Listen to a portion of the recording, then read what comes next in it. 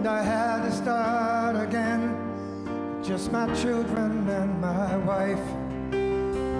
Thank my lucky stars to be living here today. 'Cause our flag still stands for freedom, and they can't take that away. And I'm proud to be an American, where at least I know I'm free. And I won't forget the men who died, who gave that right to me.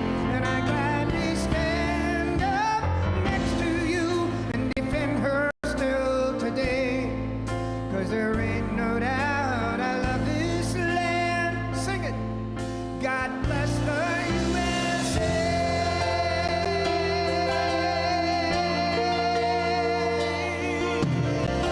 Yeah.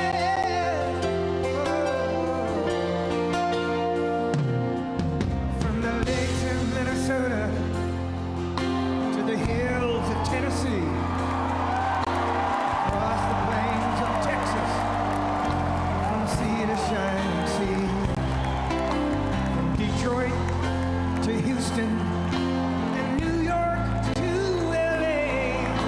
There's pride in every American heart, and it's time we stand and say that I'm proud to be an American, where at least I know I'm free. And I won't forget the men who died, who gave that right to me. And I gladly stand up next to you and defend her still today. 'Cause there ain't no doubt I love this land. God bless the USA.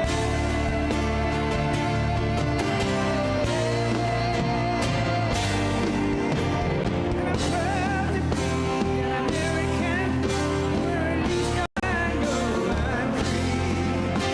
And I won't forget the men who died, who gave that right to me.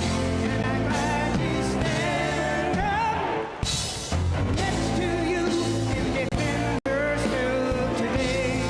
'Cause there ain't no doubt I love this land.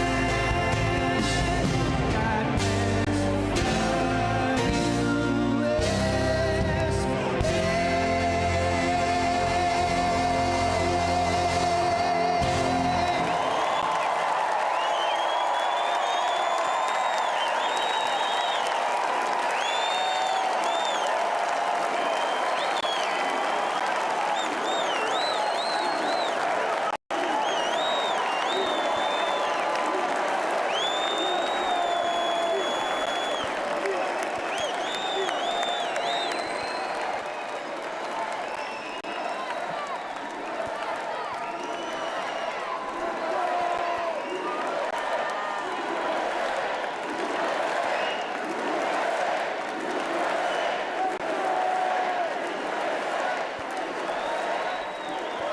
Thank you very much.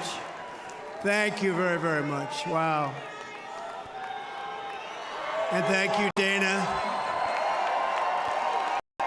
Thank you, Kid Rock, sometimes referred to as Bob. And thank you, Lee, right from the beginning. Thank you very much. What a talent. What a beautiful, beautiful song. Thank you. Friends, delegates, and fellow citizens, I stand before you this evening with a message of confidence, strength, and hope. 4 months from now, we will have an incredible victory, and we will begin the 4 greatest years in the history of our country. Together, we will launch a new era of safety, prosperity, and freedom for citizens of every race, religion, color, and creed. The discord and division in our society must be healed. We must heal it quickly. As Americans, we are bound together by a single fate and a shared destiny. We rise together or we fall apart. I am running to be president for all of America, not half of America. because there is no victory in winning for half of America. So tonight, with faith and devotion, I proudly accept your nomination for President of the United States. Thank you.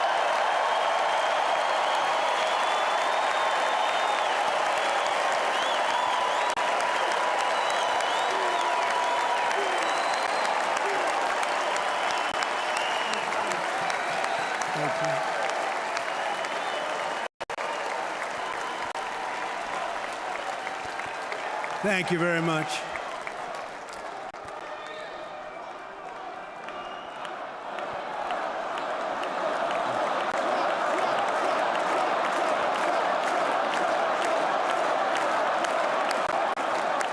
Thank you very much. And we will do it right. We're going to do it right. Let me begin this evening by expressing my gratitude to the American people for your outpouring of love and support following the assassination attempt at my rally on Saturday.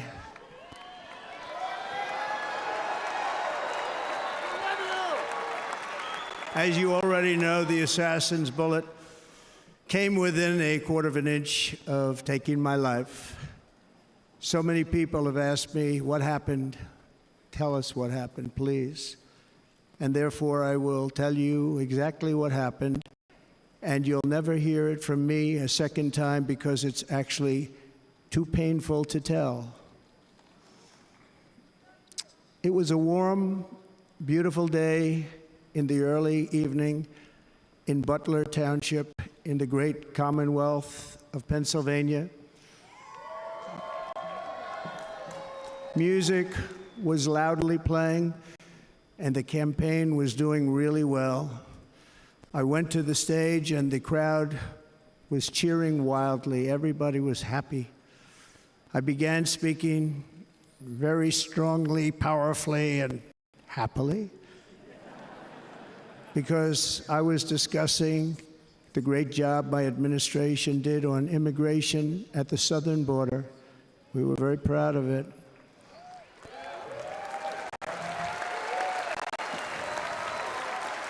Behind me and to the right was a large screen that was displaying a chart of border crossings under my leadership.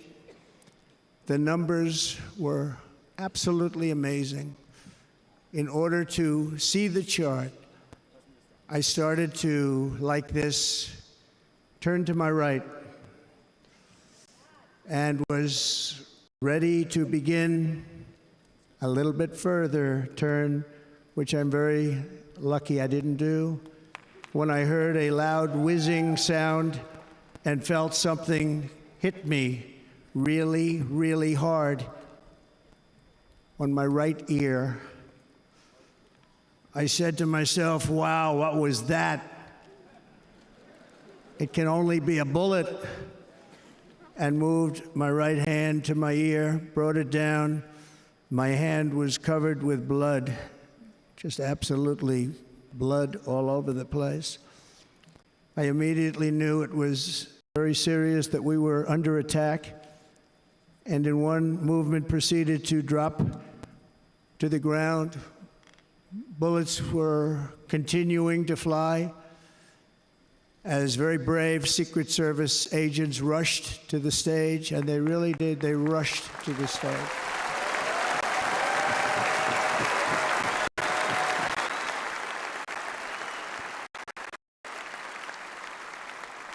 These are great people at great risk, I will tell you, and pounced on top of me so that I would be protected. There was blood pouring everywhere, and yet, in a certain way, I felt very safe because I had God on my side. I felt that.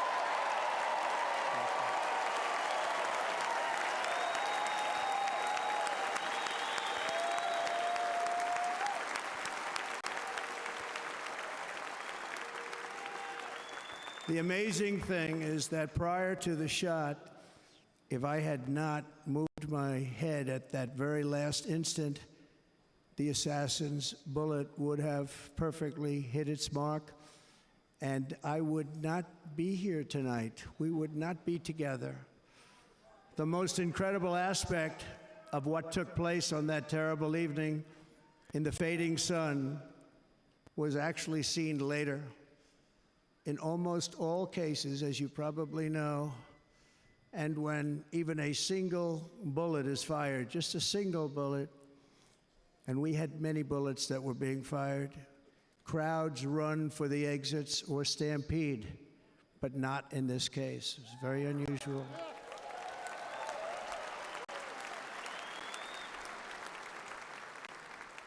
This massive crowd of tens of thousands of people stood by and didn't move an inch. In fact, many of them bravely but automatically stood up looking for where the sniper would be. They knew immediately it was a sniper, and then began pointing at him. You can see that if you look at the group behind me. That was just a small group compared to what was in front. Nobody ran, and by not stampeding, many lives were saved. But that isn't the reason that they didn't move. The reason is that they knew I was in very serious trouble. They saw it. They saw me go down. They saw the blood and thought, actually most did, that I was dead. They knew it was a shot to the head. They saw the blood. And there's an interesting statistic. The ears are the bloodiest part. If something happens with the ears, they bleed more than any other part of the body. For whatever reason, the doctors told me that. I said, why is there so much blood? He said, it's the ears. They bleed more. So we learned something, but this beautiful crowd, they didn't want to leave me. They knew I was in trouble. They didn't want to leave me. And you can see that love written all over their faces. Incredible people.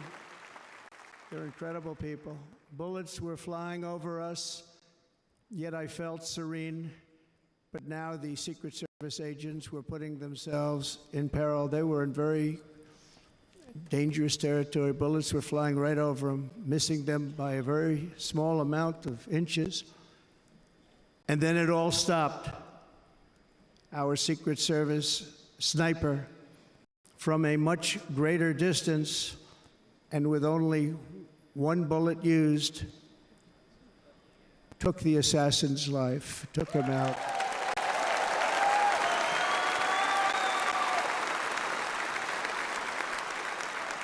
I'm not supposed to be here tonight. Not supposed to be here. No.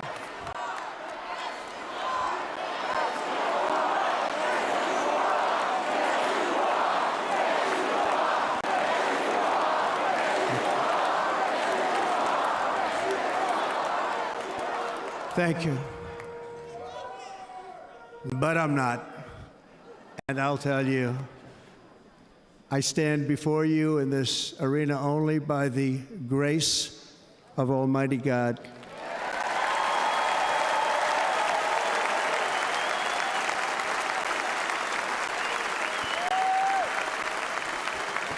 In watching the reports over the last few days, many people say it was a providential moment.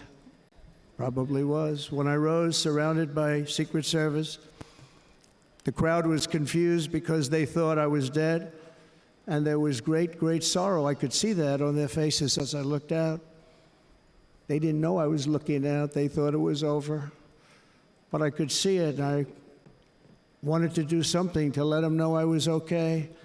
I raised my right arm, looked at the thousands and thousands of people that were breathlessly waiting, and started shouting, "Fight, fight, fight."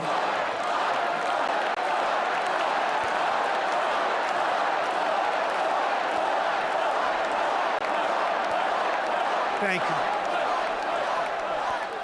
you. Once my clenched fist went up, and it was high into the air. You've all seen that. The crowd realized I was okay and roared, with pride for our country like no crowd I have ever heard before. Never heard anything like it. For the rest of my life, I will be grateful for the love shown by that giant audience of patriots that stood bravely on that fateful evening in Pennsylvania. Tragically, the shooter claimed the life of one of our fellow Americans, Corey, comparator, unbelievable person, everybody tells me. Unbelievable. And seriously wounded. Two other great warriors, spoke to them today, David Dutch and James Copenhaver. Two great people. I also spoke to all three families of these tremendous people. Our love and prayers are with them, and always will be. We're never going to forget them. They came for a great rally. They were serious Trumpsters, I want to tell you. They were serious Trumpsters, and still are. But Corey, unfortunately, we have to use the past tense. He was incredible. He was a highly respected former fire chief, respected by everybody. Was accompanied by his wife, Helen, incredible woman. I spoke to her today, devastated, and two precious daughters. He lost his life selflessly, acting as a human shield to protect them from flying bullets. He went right over the top of them and was hit. What a fine man he was.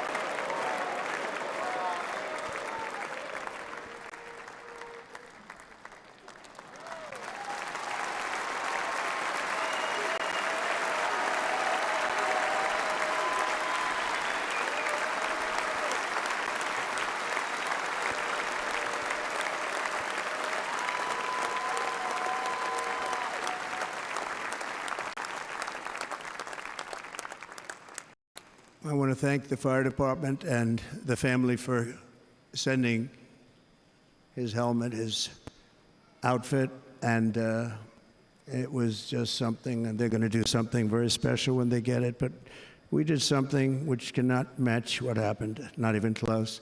But I am very proud to say that over the past few days, we've raised $6.3 million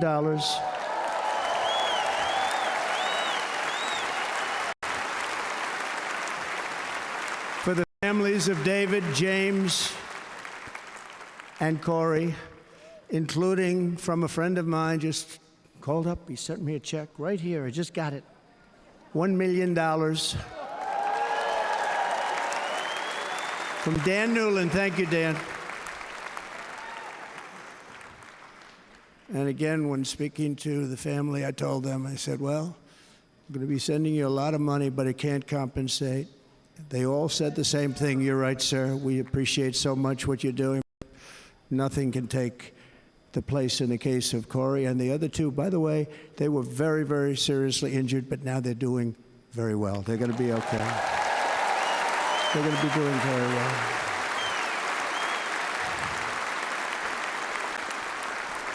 They're warriors.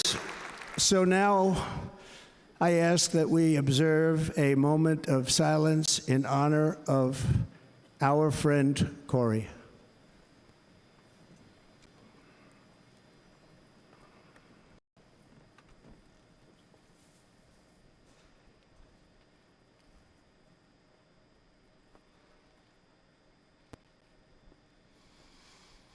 There is no greater love than to lay down one's life for others. This is the spirit that forged America in her darkest hours, and this is the love that will lead America back to the summit of human achievement and greatness. This is what we need. Despite such a heinous attack, we unite this evening more determined than ever. I am more determined than ever, and so are you. So is everybody on your side.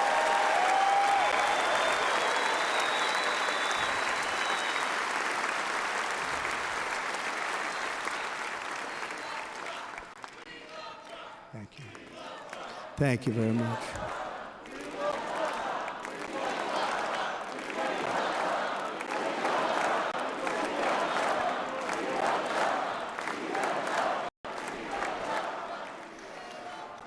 Our resolve is unbroken and our purpose is unchanged to deliver a government that serves the American people better than ever before. Nothing will stop me in this mission because our vision is righteous and our cause is pure. No matter what obstacle comes our way, we will not break, we will not bend, we will not back down, and I will never stop fighting for you, your family, and our magnificent country. Never.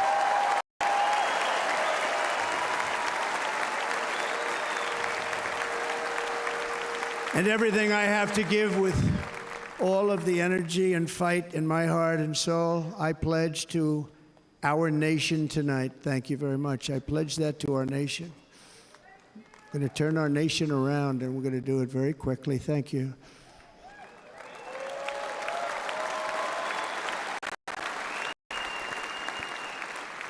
This election should be about the issues facing our country and how to make America successful, safe, free, and great again.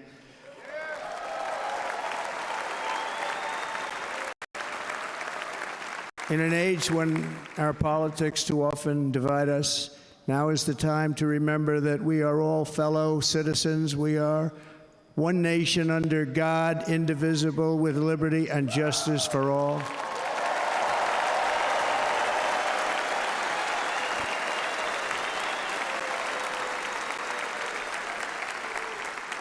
And we must not criminalize dissent or demonize political disagreement, which is what's been happening in our country lately at a level that nobody has ever seen before.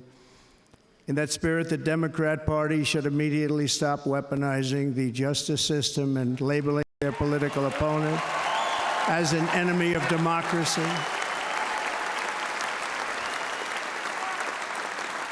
Especially since that is not true. In fact, I am the one saving democracy for the people of our country.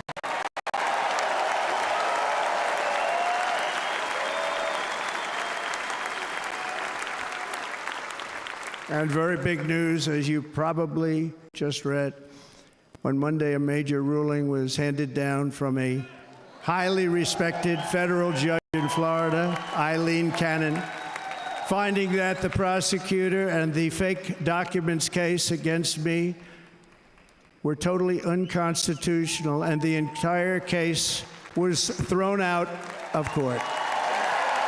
With all of that publicity, thrown out of court. If Democrats want to unify our country, they should drop these partisan witch hunts, which I have been going through for approximately 8 years. And they should do that without delay and allow an election to proceed that is worthy of our people. We're going to win it anyway, but worthy of our people. On this journey, I am deeply honored to be joined by my amazing wife, Melania.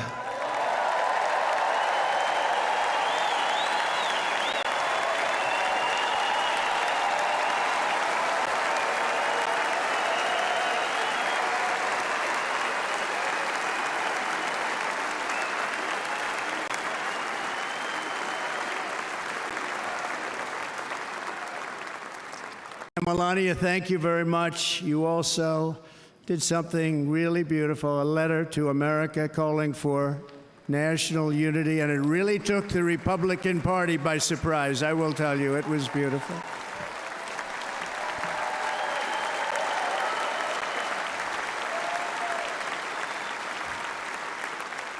fact, some very serious people said that we should take that letter and put it as part of the Republican platform. That would be an honor, wouldn't it? Right, Mr. Congressman?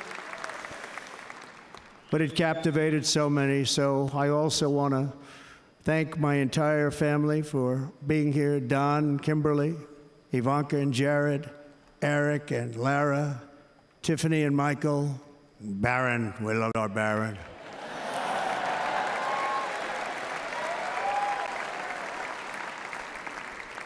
And of course, my 10 wonderful grandchildren. You saw a few of them up there on my lap before.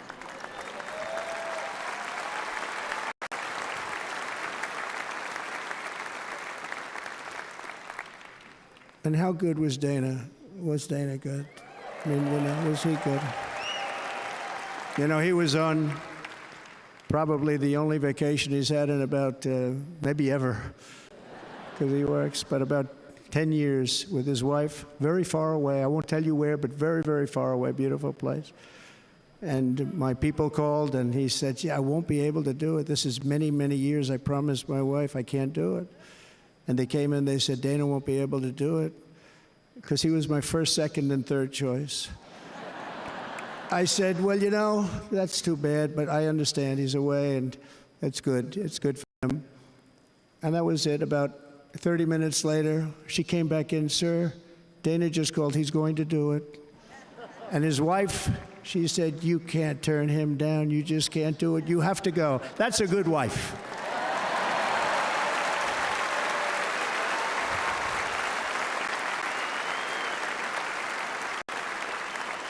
So he got on a plane. He got here a little while ago. Now he's going to get on the plane in a little while, and he's going to go back home to his wife.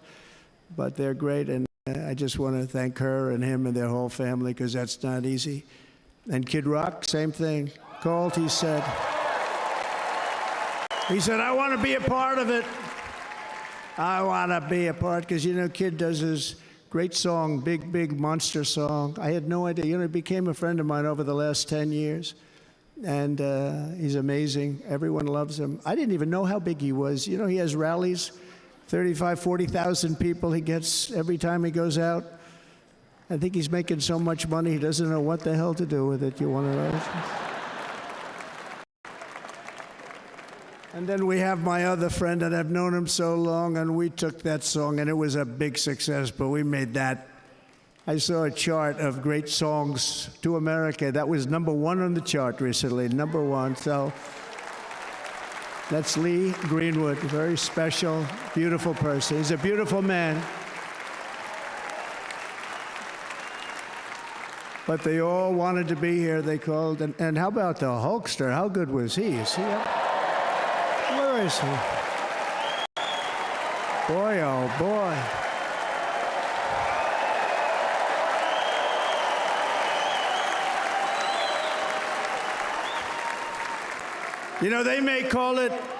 They may call that entertainment. I know about entertainment, but when he used to lift a 350-pound man over his shoulders and then bench press him 2 rows into the audience, I say maybe entertainment, but he is one strong son of a gun. I will tell you, I watched it many times.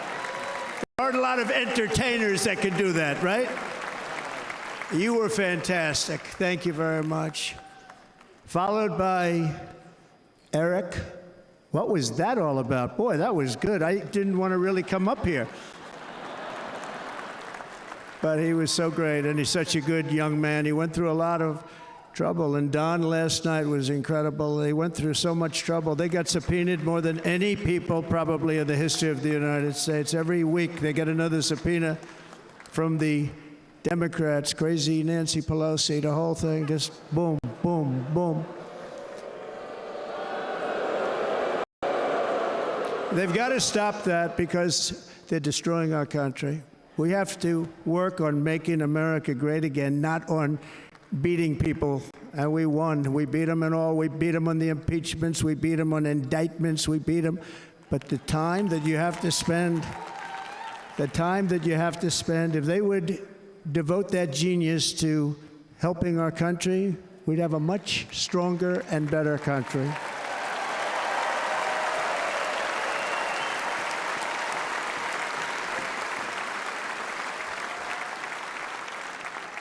And Jason, the biggest star in country music. Jason, thank you for being here. Jason, thank you very much. Jason Aldean, he's good. I like his wife even better, by the way. She's here. Thank you, Jason. But I'm thrilled to have a new friend and partner fighting by my side. the next Vice President of the United States, the current Senator from Ohio, J.D. Vance, and his incredible wife, Usha.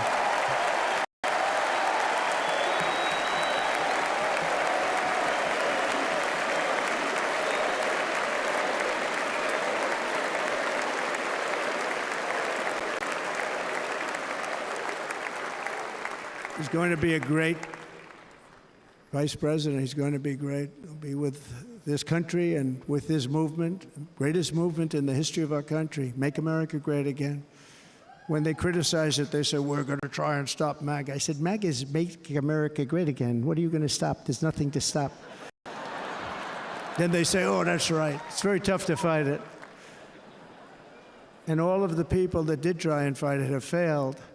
But he's going to be with us for a long time, and it was an honor to select him. Great student at Yale. His wife was a great student at Yale. They met at Yale. These are two smart people. So, J.D., you're going to be doing this for a long time. Enjoy the ride.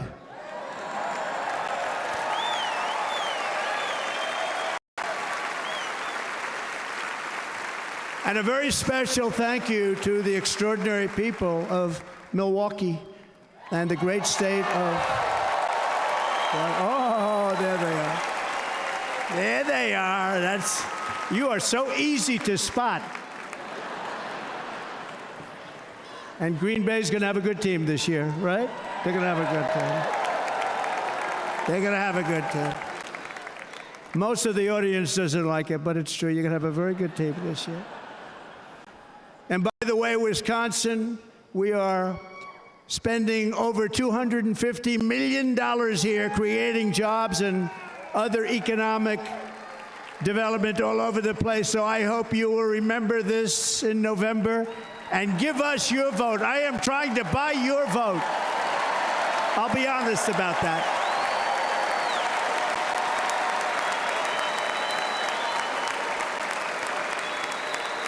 And I promise we will make Wisconsin great again. We're going to make it.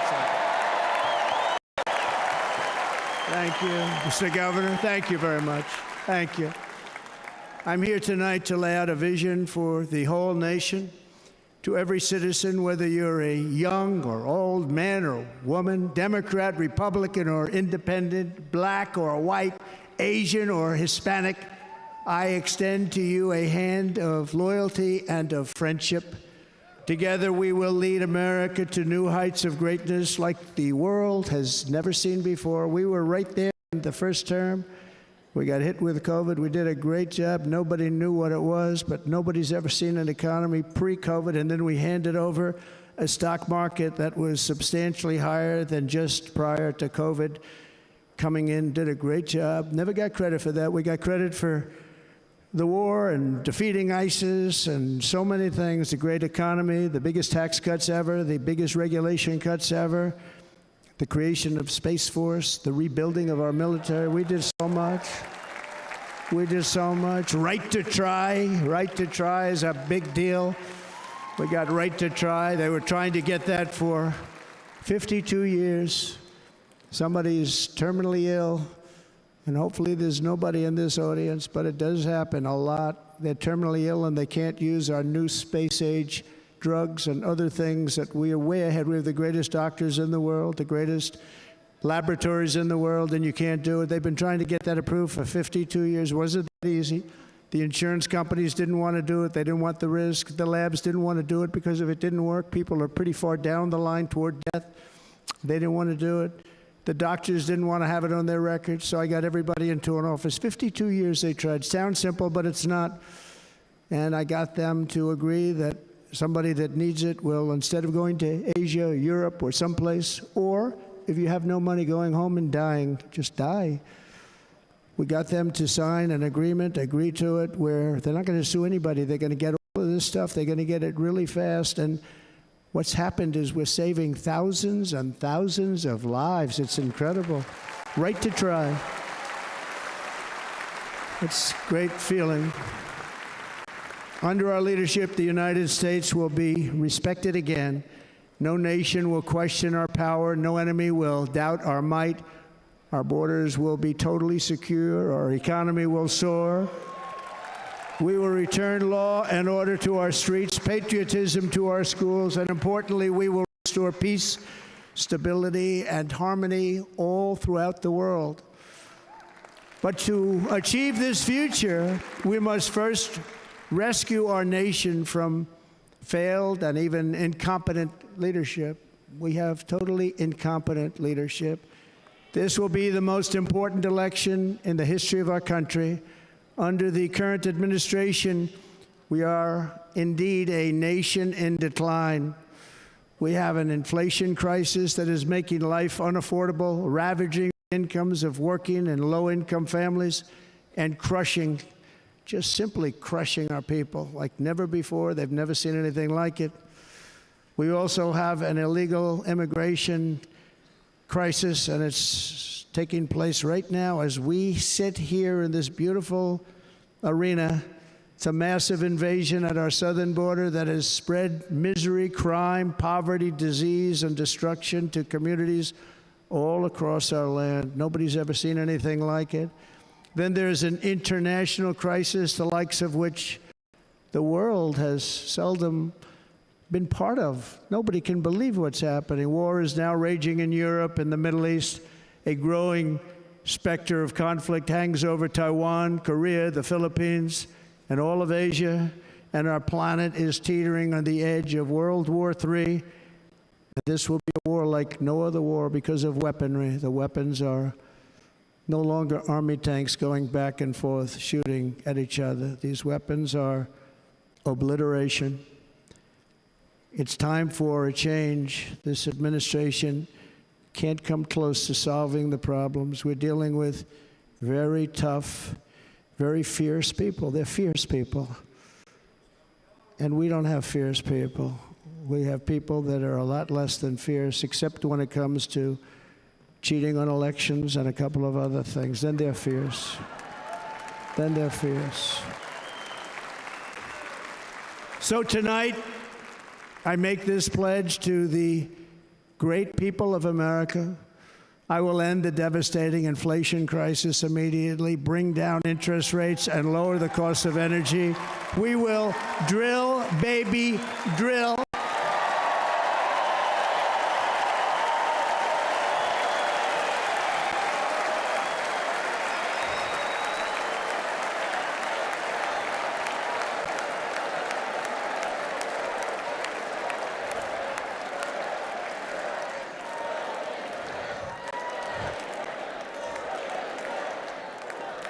Can you believe what they're doing? But by doing that, we will lead a large-scale decline in prices. Prices will start to come down. Energy raised it. They took our energy policies and destroyed them. Then they immediately went back to them, but by that time, so much was lost. But we will do it at levels that nobody's ever seen before, and we'll end lots of different things. We'll start paying off debt and start lowering taxes even further. We gave you the largest tax cut. We'll do it more. You know, people don't realize I brought taxes way down, way down, and yet we took in more revenues the following year than we did when the tax rate was much higher. Most people said, how did you do that? Because it was incentive. Everybody was coming to the country. They were bringing back billions and billions of dollars into our country. The companies made it impossible to bring it back. The tax rate was too high, and the legal complications were far too great. I changed both of them, and hundreds of billions of dollars by Apple and so many other companies were brought back into our nation, and we had an economy the likes of which no nation had ever seen. China, we were beating them at levels that were incredible.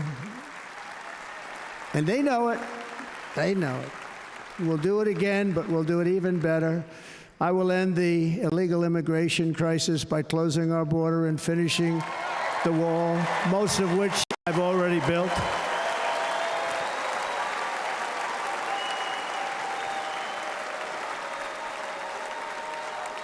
On the wall, we were dealing with a very difficult Congress. And I said, oh, that's okay. We won't go to Congress. I call it an invasion.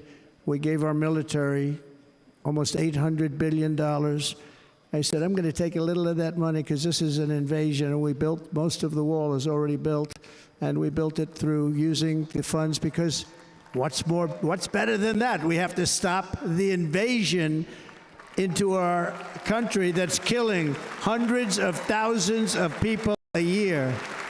We're not going to let that happen. I will end every single international crisis that the current administration has created, including the horrible war with Russia and Ukraine, which would have never happened if I was president, and the war caused by the attack on Israel, which would have never happened if I was president. Iran was broke. Iran had no money. Now Iran has $250 billion. They made it all over the last 2.5 years. They were broke. I watched the other day on a show called Deface the Nation. Has anyone seen it? And they had a congressman who was a Democrat say, well, whether you like him or not, Iran was broke dealing with Trump. I told China and other countries, if you buy from Iran, we will not let you do any business in this country, and we will put tariffs on every product you do send in of 100% or more. And they said to me, well, I think that's about it. They weren't going to buy any oil. And they were ready to make a deal. Iran was going to make a deal with us. And then we had that horrible, horrible result that we'll never let happen again. The election result, we're never going to let that happen again. They used COVID to cheat. We're never going to let it happen again. And they took off all the sanctions, and they did everything possible for Iran.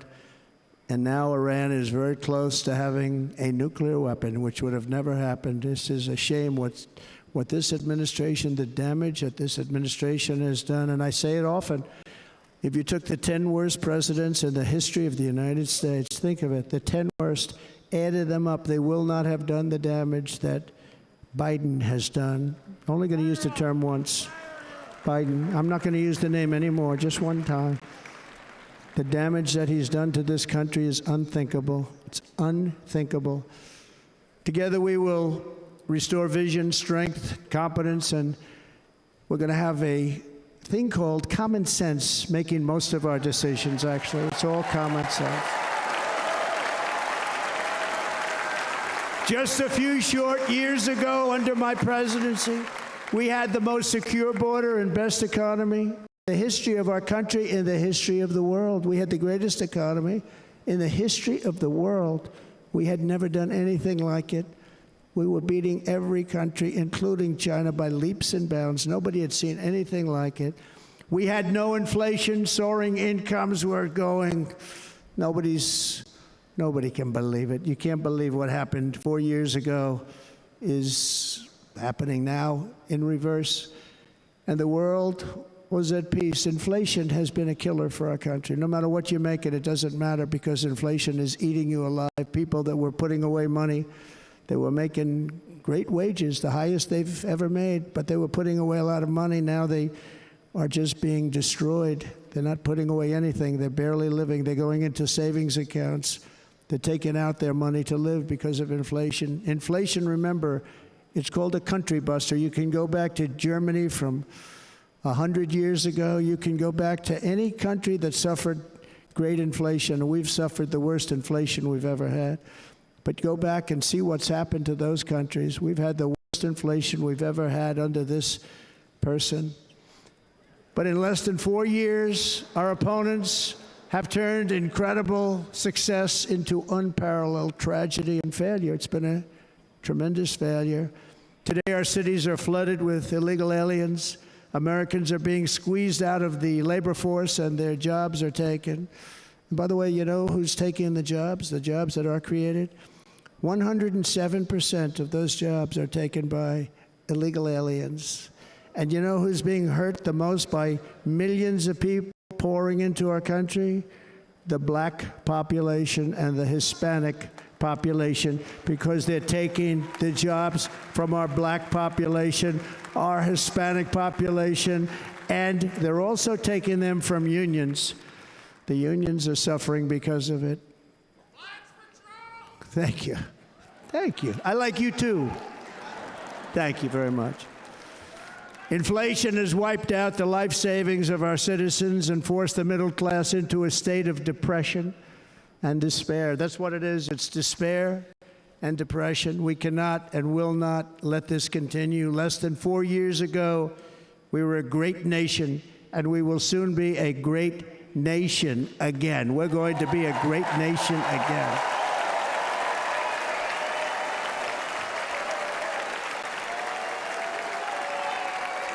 Thank you. With proper leadership, every disaster we are now enduring will be fixed, and it will be fixed very, very quickly. So tonight, whether you've supported me in the past or not, I hope you will support me in the future, because I will bring back the American dream. That's what we're going to do. You don't even hear about the American dream anymore. With great humility, I am asking you to be excited about the future of our country. Be excited. Be excited.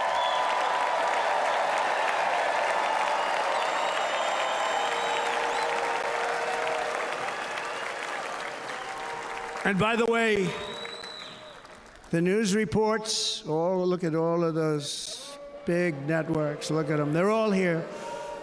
But every one of them has said this could be the most organized, best run, and most enthusiastic convention of either party that they've ever seen. Every single one.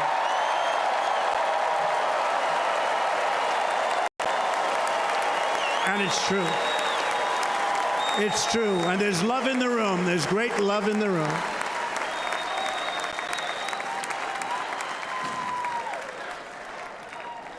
So I better finish strong. Otherwise, we'll blow it, and we can't let that happen. Now, this was great. All of the great people that spoke, and everybody hit a home run. I mean, there's not one that I can think of where I said, oh, gee, that wasn't great. Every single person. I refuse to be the only one. Don't do that to me. They're already getting ready. See, I gave them an idea. Now, this was a great convention. This was, I think we're actually going to go home and miss it. You know, usually with a first of all, look at these crowds. You'd never have this at a convention. Look at these crowds.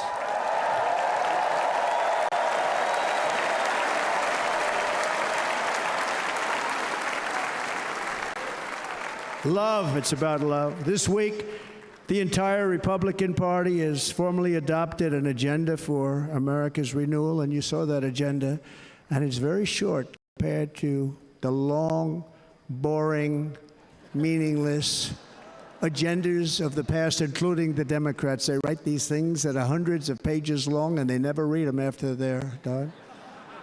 In their case, fortunately, they don't read them because they're pretty bad. It's a series of bold promises that we will swiftly implement when you give us a Republican House. And Mr. Speaker, thank you very much. We have our great Speaker of the House with us tonight. Mr. Speaker, thank you very much. Thank you. A Republican Senate, many senators here, and send me back to our beautiful White House just a few short months from now. We're talking about just months. It can't come fast enough. We have to get it done. First, we must get economic relief to our citizens. Starting on day one, we will drive down prices and make America affordable again. We have to make it affordable. It's not affordable. People can't live like this. Under this administration, our current administration, groceries are up 57%, gasoline is up 60 and 70%, mortgage rates have quadrupled. And the fact is, it doesn't matter what they are because you can't get the money anyway to buy houses. Young people can't get any financing to buy a house. The total household costs have increased an average of $28,000 per family under this administration. Republicans have a plan to bring down prices and bring them down very, very rapidly. By slashing energy costs, we will in turn reduce the cost of transportation, manufacturing, and all household goods. So much starts with energy. And remember, we have more liquid gold under our feet than any other country by far. We are a nation that has the opportunity to make an absolute fortune with its energy. We have it, and China doesn't. Under the Trump administration, just 3.5 years ago, we were energy independent. But soon we will actually be better than that. We will be energy dominant and supply not only ourselves, but we will supply the rest of the world with numbers that nobody has ever seen, and we will reduce our debt, $36 trillion. We will start reducing that, and we will also reduce your taxes still further. Next, and by the way, they want to raise your taxes 4 times, think of it. And all my life I grew up watching politicians. I always loved politics. I guess I was on the other side. I'd watch and they were always talking about, we will give you a tax cut. We will give you a tax cut. My whole life I was watching, I will give you a tax cut, right, Mr. Congressman? That's all they talked about. This is the only administration that said, we're going to raise your taxes by 4 times what you're paying now, and people are supposed to vote for them? I've never heard it. You're paying too much. We're going to reduce your taxes still further. We gave you the biggest one, as I said. We're going to give you more, and it's going to lead to tremendous growth. We want growth in our country. That's what's going to pay off our debt.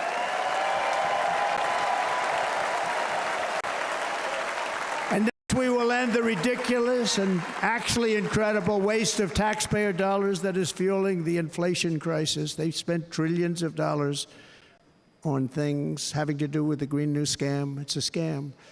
And that's caused tremendous inflationary pressures in addition to the cost of energy. And all of the trillions of dollars that are sitting there not yet spent, we will redirect that money for important projects like roads, bridges, dams, and we will not allow it to be spent on meaningless Green New Scam ideas.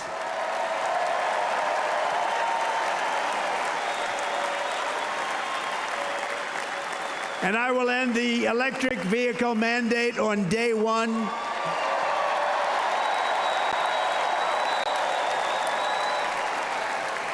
Thereby saving the U.S. auto industry from complete obliteration, which is happening right now, and saving U.S. customers thousands and thousands of dollars per car. And right now, as we speak, large factories just started are being built across the border in Mexico. So with all the other things happening on our border, and they're being built by China to make cars and to sell them into our country, no tax, no anything. The United Auto Workers ought to be ashamed for allowing this to happen. And the leader of the United Auto Workers should be fired immediately. And every single auto worker, union and non-union, should be voting for Donald Trump, because we're going to bring back car manufacturing, and we're going to bring it back fast.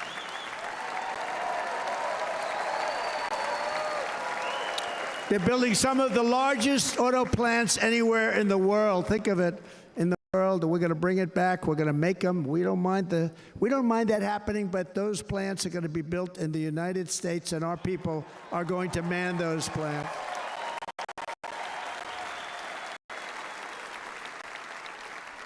And if they don't agree with us, we'll put a tariff of approximately 100 to 200% on each car, and they will be unsellable in the United States. We have long been taken advantage of by other countries. And think of it, oftentimes these other countries are considered so-called allies. They've taken advantage of us for years. We lose jobs, we lose revenue, and they gain everything and wipe out our businesses, wipe out our people. I stopped it for 4 years. I stopped it, and we're really ready to make changes like nobody had seen before. And remember, USMCA, I got rid of NAFTA, the worst trade deal ever made, and replaced it with USMCA, which is, they say, the best trade deal ever made. Actually, probably the best trade deal was the deal I made with China, where they buy $50 billion worth of our product. They were buying nothing. They buy $50 billion worth. They had to. But I don't even talk about it because of COVID. I don't even mention it, frankly, because of what happened with the China virus.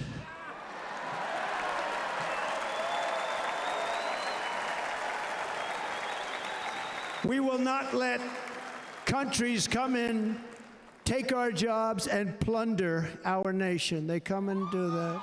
They plunder our nation. The way they will sell their product in America is to build it in America. Very simple. Build it in America and only in America.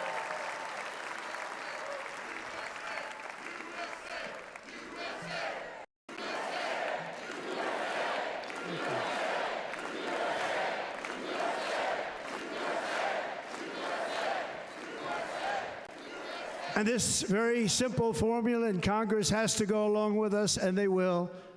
This very simple formula will create massive numbers of jobs. We will take over the auto industry again, and many, many, hundreds of thousands of jobs. We lost so many jobs over the years. If you go back 20, 25 years, they've stolen, going to China and Mexico, about 68% of our auto industry manufacturing jobs. We're going to get them all back. We're going to get them all back, every one of them.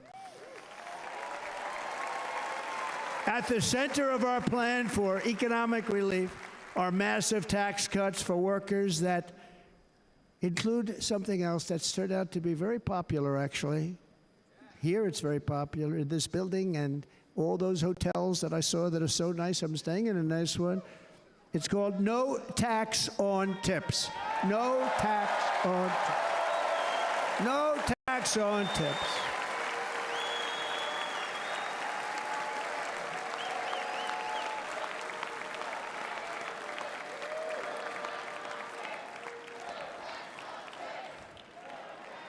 I got that by having dinner recently in Nevada, where we're leading by about 14 points. Hello. I'll see you there very soon, everybody. And we're having dinner at a beautiful restaurant in the Trump building on the Strip, and it's a great building, and the waitress comes over. How's everything going? A really nice person. How's everything going? Oh, Sarah, it's so tough. The government's after me all the time on tips, tips, tips. I said, well, they give you cash. Would they be able to find him? She said, actually, and I didn't know this, she said, very little cash is given. It's all put right on the check. And they come in and they take so much of our money, it's just ridiculous. And they don't believe anything we say. And they've just hired, as you know, 88,000 agents to go after them even more. And I said, this shows the level of my, most people go out, they hire consultants, they pay them millions of dollars. But I said to her, let me just ask you a question. Would you be happy if you had no tax on tips? She said, what a great idea. I got my information from a very smart waitress. That's better than spending millions of dollars. And everybody loves it. Waitresses and caddies and drivers and everybody. It's a large group of people that are being really hurt badly. They make money, let them keep their money. I'm going to protect Social Security and Medicare. Democrats are going to destroy Social Security and Medicare because all of these people, by the millions they're coming in, they're going to be on Social Security and Medicare and other things, and you're not able to afford it. They are destroying your Social Security and your Medicare. Under my plan, incomes will skyrocket, inflation will vanish completely, jobs will come roaring back, and the middle class will prosper like never, ever before, and we're going to do it very rapidly.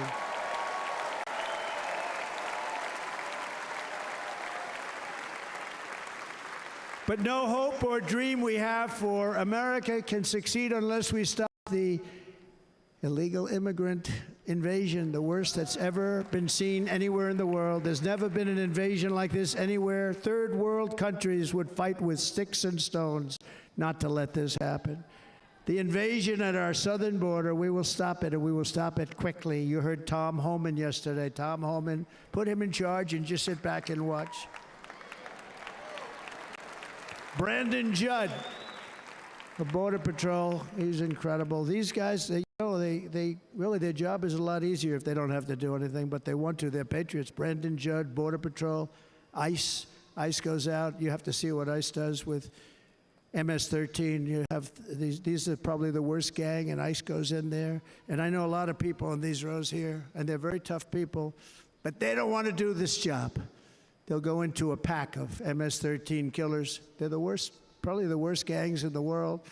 And we have thousands of them. I moved thousands and thousands out in my 4 years. We moved them out, and it was a pleasure. But ICE would go right into a pack of these killers, and you see fists flying, you see everything flying, and then they take them.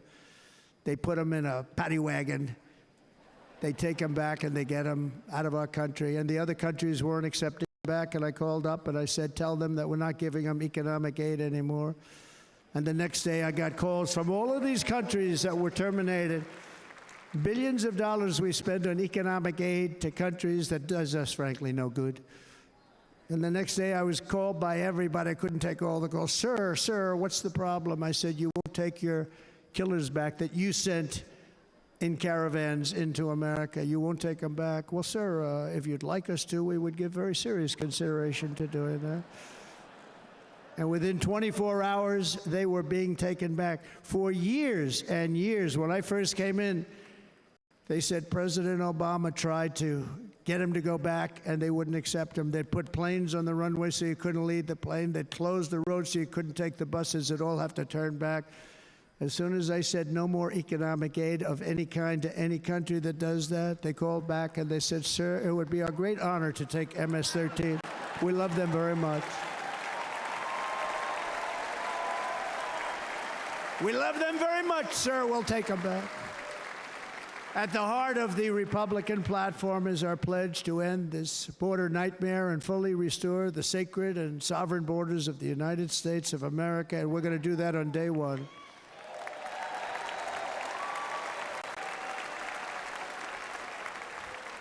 That means two things on day one, right? Drill, baby, drill, and close our borders.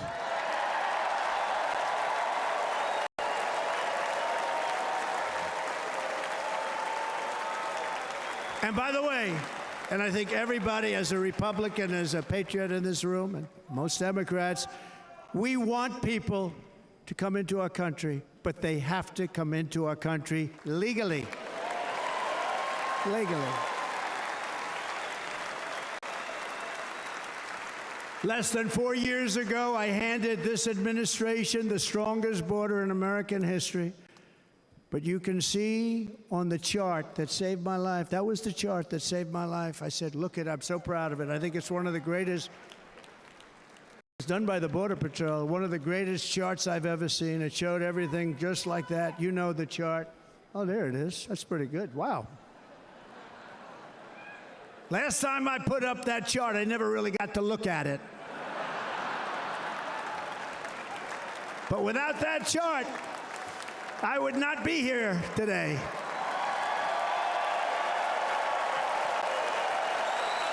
Never got to look at it.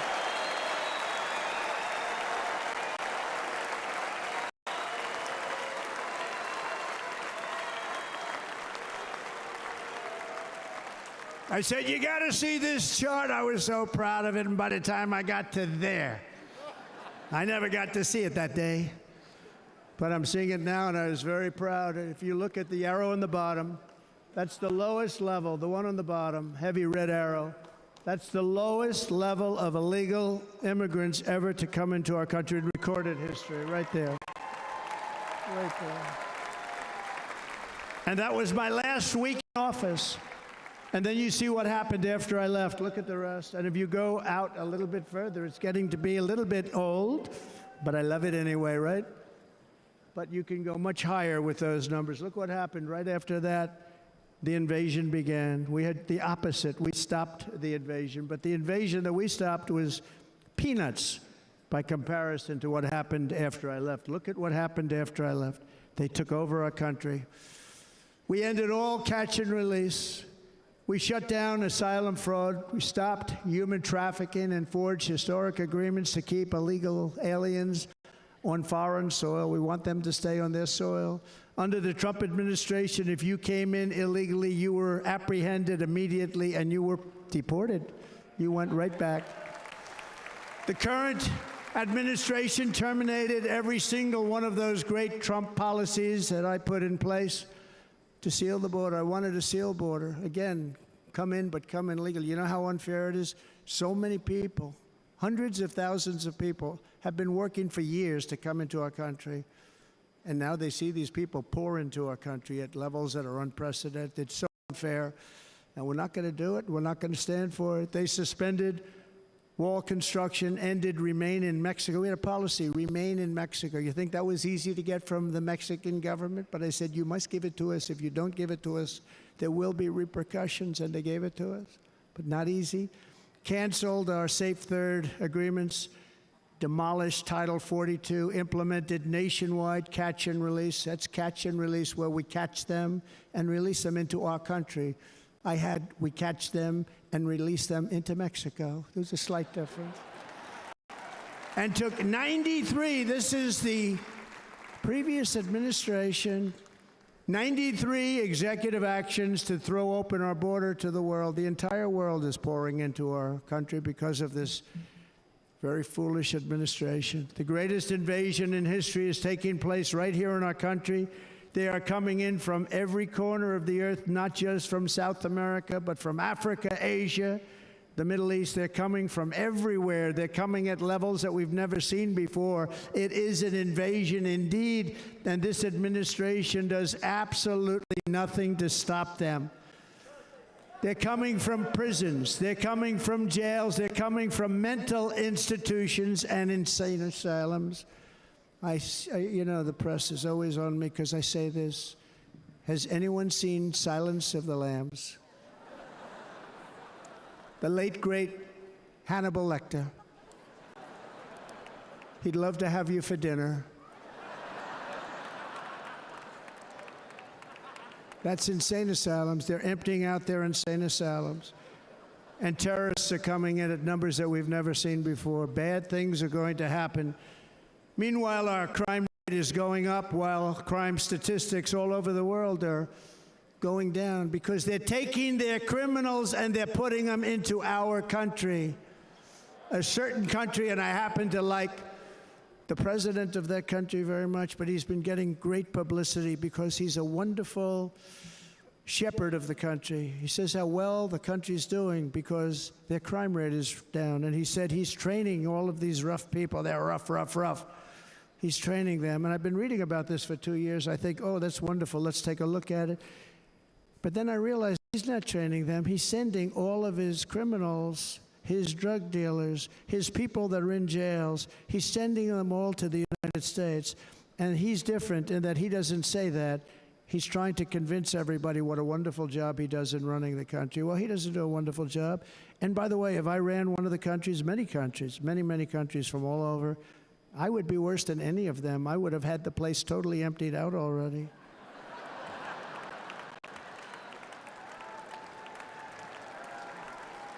But we become a dumping ground for the rest of the world, which is laughing at us. They think we're stupid.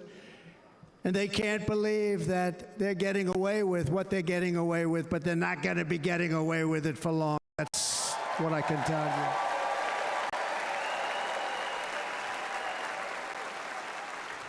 you. In Venezuela, Caracas, high crime. Caracas, Venezuela, really a dangerous place, but not anymore.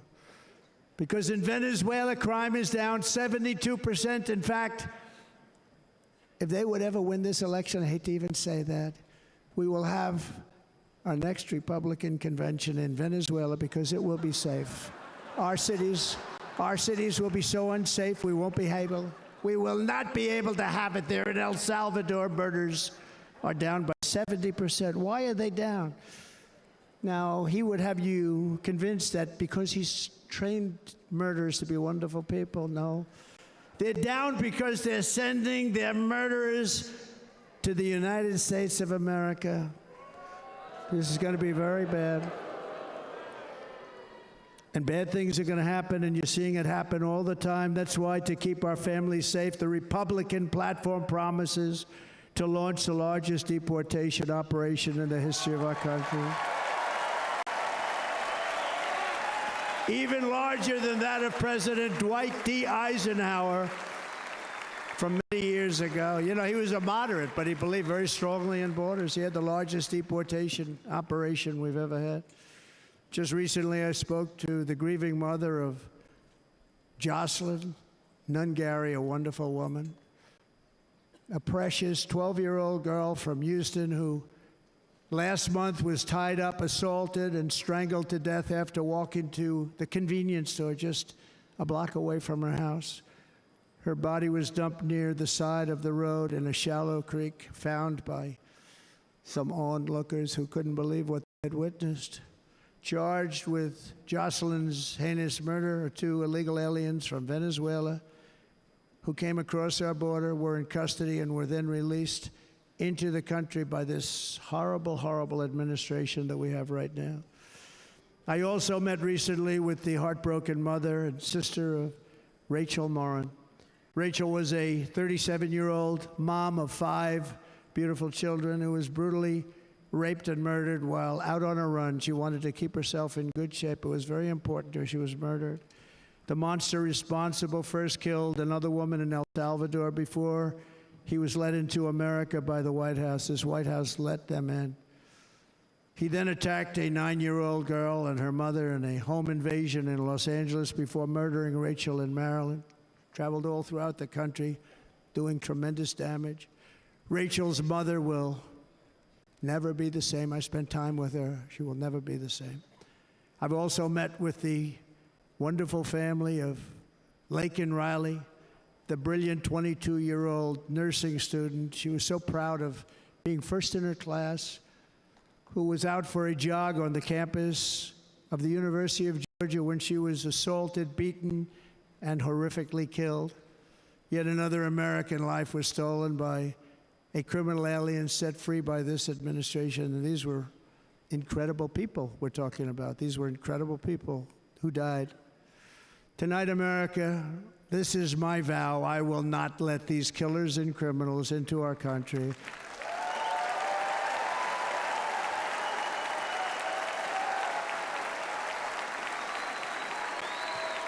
I will keep our sons and daughters safe. As we bring security to our streets, we will help bring stability to the world. I was the first president in modern times to start no new wars. You know, we were the toughest, we were the most respected. And you saw this. Hungry, strong country, run by a very powerful, tough leader. He's a tough guy. Press doesn't like him because he's tough. And he came out recently. They were asking him at an interview, the whole world is what's happening, what's going on. Viktor Orban, Prime Minister of Hungary, very tough man. He said, I don't want people coming into my country and blowing up our shopping centers and killing people. But they said to him, tell us what's going on, what's happening, what is it? He said, there's only one way you're going to solve it. You got to bring President Trump back to the United States because he kept everybody at bay. He used a word I wouldn't use because I can't use that word. Because you'd say it was braggadocious. The press would say he was a braggart. I'm not a braggart. But Viktor Orban said it. He said Russia was afraid of him. China was afraid of him. Everybody was afraid of him. Nothing was going to happen. The whole world was at peace. And now the world is blowing up around us. All of these things that you read about were not going to happen. Under President Bush, Russia invaded Georgia. Under President Obama, Russia took Crimea. Under the current administration, Russia is after all of Ukraine. Under President Trump, Russia took nothing.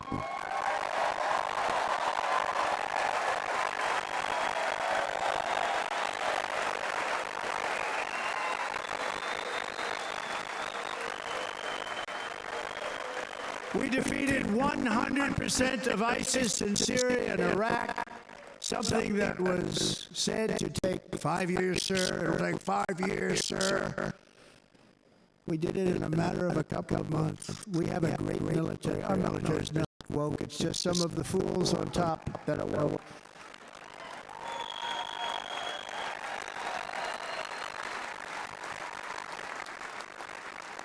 I got along very well with North Korea, Kim Jong-un. I got along very well with him. The press hated when I said that. How could you get along with him? Well, you know, it's nice to get along with somebody that has a lot of nuclear weapons or otherwise, isn't it?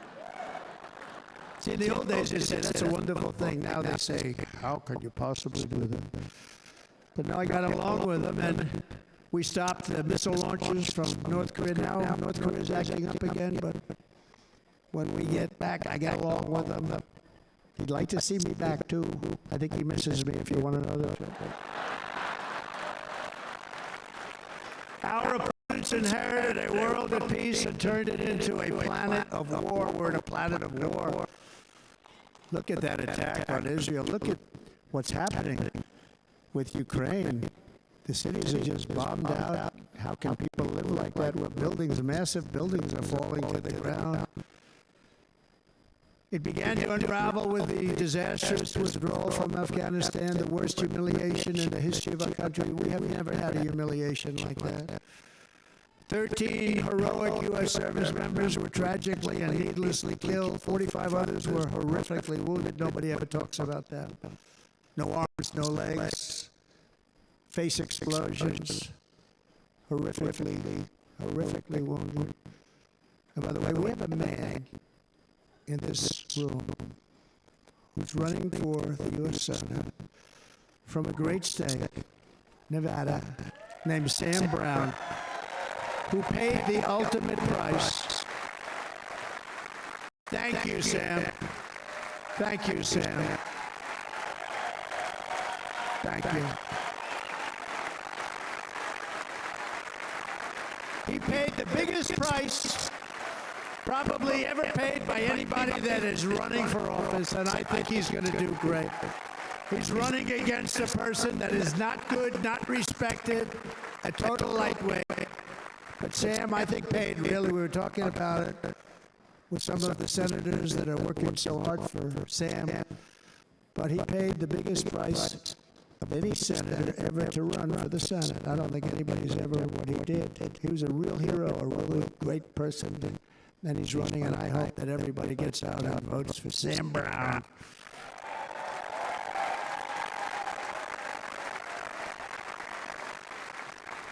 And we also left behind $85 billion worth of military equipment, along with many American citizens were left behind.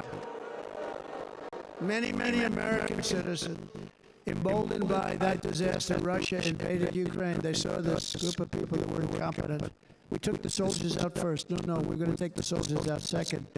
If they would have followed my plan, we had a great plan. But the plan only kicked in if they did everything perfectly, and they weren't doing things perfectly, so we said it doesn't kick in. You know, 18 months in Afghanistan, we didn't have one, so they were killing them left and right, snipers. And I spoke to the head of the Taliban. You've heard the story. Abdul, still the head of the Taliban. The press got on me. Why would you speak to him? I said, because that's where the killing is. I don't have to speak to somebody that has nothing to do with it. And I told him, don't ever do that. Don't ever do that again. Don't ever do that again. You got to stop. Because during the Obama administration, many great people and soldiers, a lot of soldiers were being killed from long distance. I said, if you keep doing that, you're going to be hit harder than anybody's ever been hit by a country before.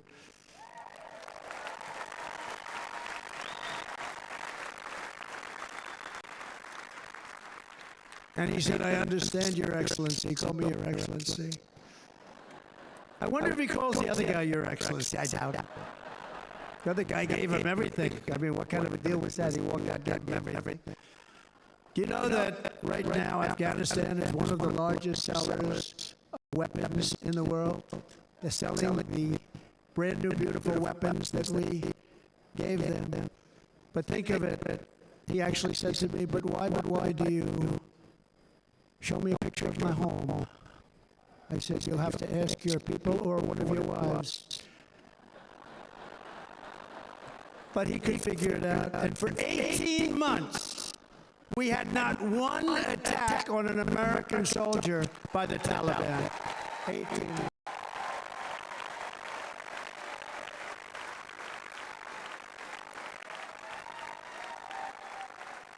And then we had that horrible day where soldiers were killed. I was not there because of a ridiculous election. But we had that horrible attack. And they also gave up Bagram, one of the biggest bases anywhere in the world, anywhere in the world, the longest runways, most powerful, hardened, thickened runways. We gave it up. And I liked it not because of Afghanistan. I liked it because of China. It's 1 hour away from where China makes their nuclear weapons. And you know who has it now? China has it now. We were keeping that. And now China is likewise circling Taiwan, and Russian warships and nuclear submarines are operating 60 miles off the coast in Cuba. Do you know that? And the press refuses to write about it. If that were me running this country and we had nuclear submarines in Cuba, I will tell you that the headlines every day would be, what's wrong with our president? You don't even hear this. You're not hearing about this. Russia has nuclear submarines and warships 60 miles away, Mr. Congressman, from Miami, by the way, happens to be here. Correct? In Cuba. And that would not be stood for if it were somebody else. They don't want to mention it, but now maybe they will. And the entire world, I tell you this, we want our hostages back, and they better be back before I assume office, or you will be paying a very big price.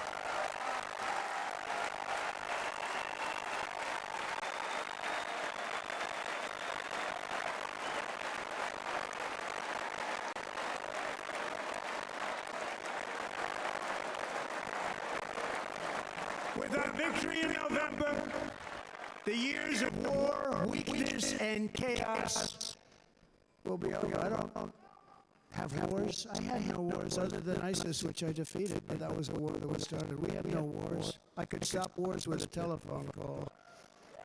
I could stop wars with just a telephone call. If properly stated, it would never start. We will replenish our military and build an Iron Dome missile defense system to ensure that no enemy can strike our homeland. And this great Iron Dome will be built entirely in the USA. We're going to build it in the USA. And Wisconsin, just like I gave you that massive ship contract, and you're doing a very nice job, Governor, right? Thank you, Governor. And they're doing a great job. In fact, I had a little design change and gave them tremendous for essentially what we used to call destroyers. These are now most beautiful. They look like yachts. I said we have to take the bow and we have to make it a little nicer and a little point at the top instead of a flat nose. And the people at the shipyard said, this guy sort of knows what he's doing. We have the most beautiful ships, right, Governor? And everybody's sitting over there. And it was a big contract that everybody wanted. I gave it to Wisconsin, but we're going to have a lot of that built right here in the state of Wisconsin and all other states. Israel has an Iron Dome. They have a missile defense system. 342 missiles were shot into Israel, and only one got through a little bit. It was badly wounded. It fell to the ground, but most of them are. And Ronald Reagan wanted this many years ago, but we really didn't have the technology many years ago. Remember, they called it Starship, spaceship, anything to mock him. But he was a very good president, very, very good. But now we have unbelievable technology. And why should other countries have this and we don't? No, we're going to build an Iron Dome over our country, and we're going to be sure that nothing can come and harm our people. And again, from an economic development standpoint, we're going to make it all right here. No more sending it out to other countries in order to help. It's America first. America first.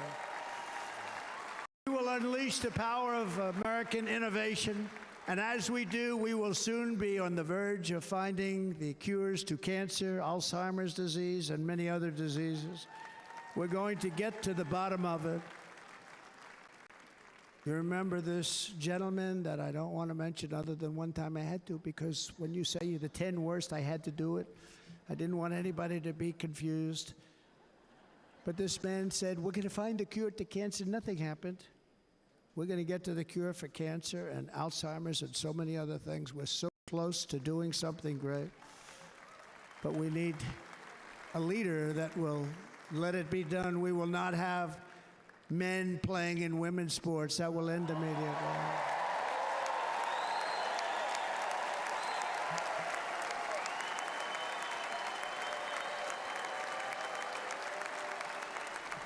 And we will restore and renovate our nation's once great cities, making them safe, clean, and beautiful again.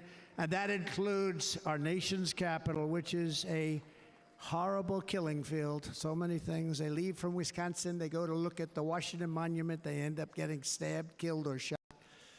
We will be very soon very proud of our capital, again, Washington, D.C.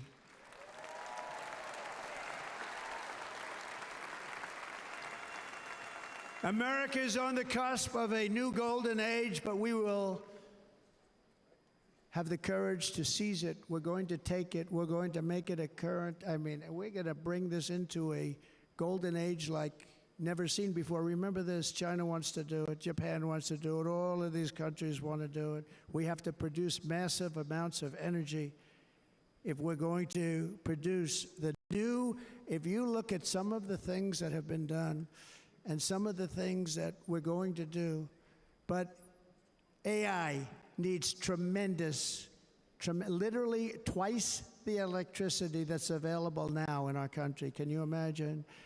But instead, we're spending places where they recharge electric cars. They built 8 chargers at a certain location toward the Midwest. 8 chargers for $9 billion. Think of them as a tank for filling up your gas. Think of it. They spent $9 billion on 8 chargers, 3 of which didn't work. And if you were going to do this all over our country, this crazy electric mandate, if you're going to do this and by the way, I'm all for electric. They have their application. But if somebody wants to buy a gas-powered car, gasoline-powered car, or a hybrid, they're going to be able to do it. And we're going to make that change on day 1.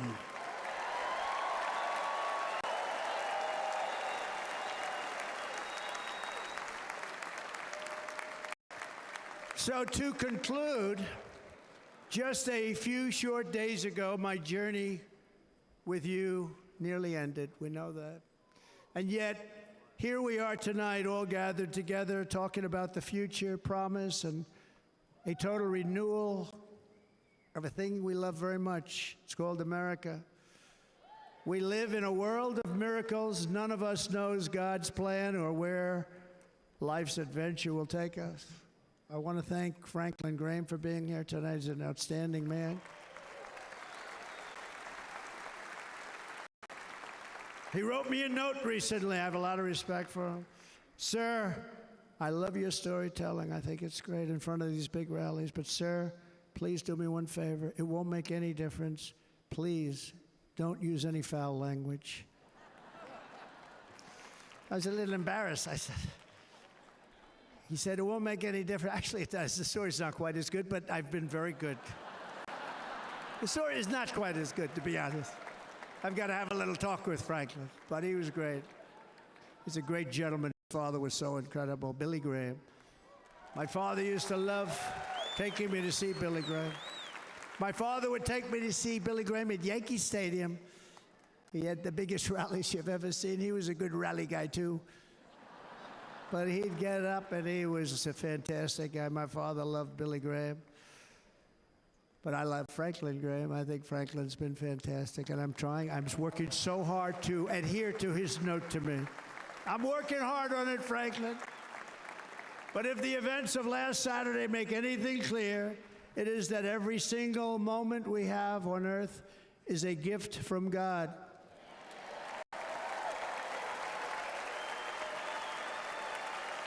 We have to make the most of every day for the people and for the country that we love. The attacker in Pennsylvania wanted to stop our movement, but the truth is the movement has never been about me. It has always been about you. It's your movement. It's the biggest movement in the history of our country by far. Can't be stopped. It can't be stopped. It has always been about the hardworking, patriotic citizens of America.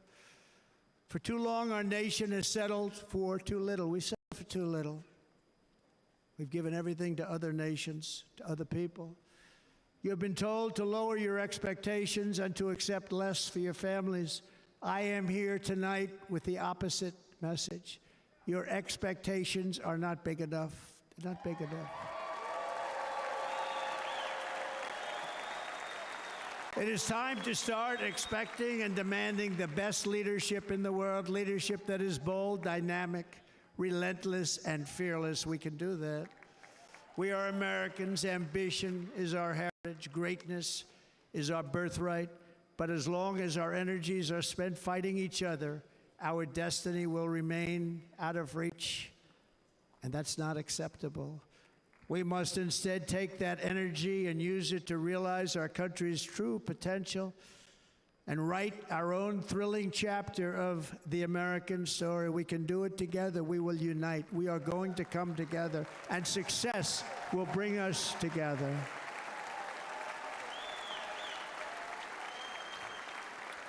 It is a story of love, sacrifice, and so many other things.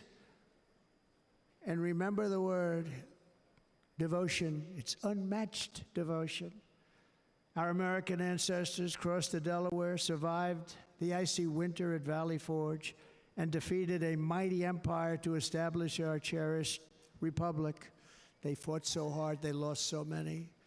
They pushed thousands and thousands of miles across a dangerous frontier, taming the wilderness to build a life and a magnificent home for their family.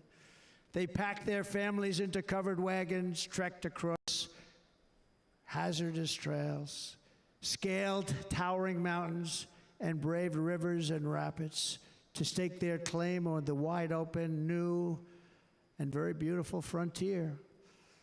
When our way of life was threatened, American patriots marched onto the battlefield, raced into enemy strongholds, and stared down death and stared down those enemies to keep alive the flame of freedom. At Yorktown, Gettysburg, and Midway, they joined the roll call of immortal heroes. So many just so many heroes, so many great, great people. And we have to cherish those people. We can't forget those people. We have to cherish those people.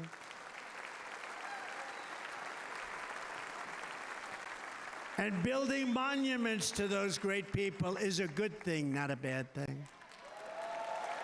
They saved our country. No challenge was too much. No hardship was too great. No enemy was too fierce. Together, these patriots soldiered on and endured, and they prevailed because they had faith in each other, faith in their country, and above all, they had faith in their God.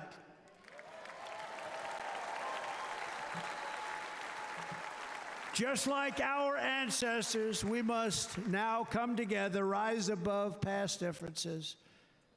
Any disagreements have to be put aside and go forward united as one people, one nation, pledging allegiance to one great, beautiful, I think it's so beautiful, American flag.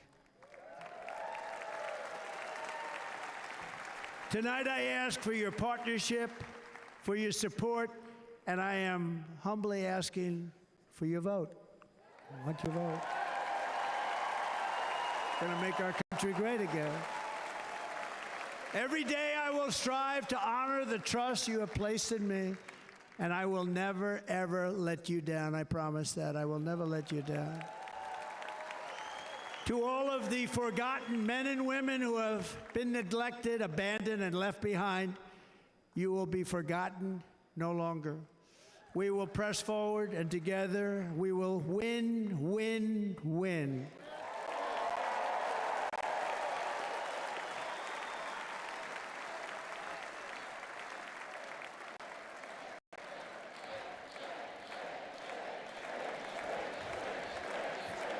Win, win, win, win, win, win.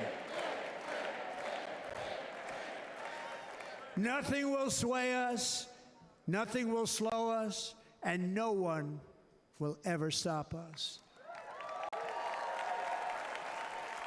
No matter what dangers come our way, no matter what obstacles lie in our path, We will keep striving toward our shared and glorious destiny, and we will not fail. We will not fail. Together, we will save this country, we will restore the republic, and we will usher in the rich and wonderful tomorrows that our people so truly deserve. America's future will be bigger, better, bolder, brighter, happier, stronger, freer, greater, and more united than ever before.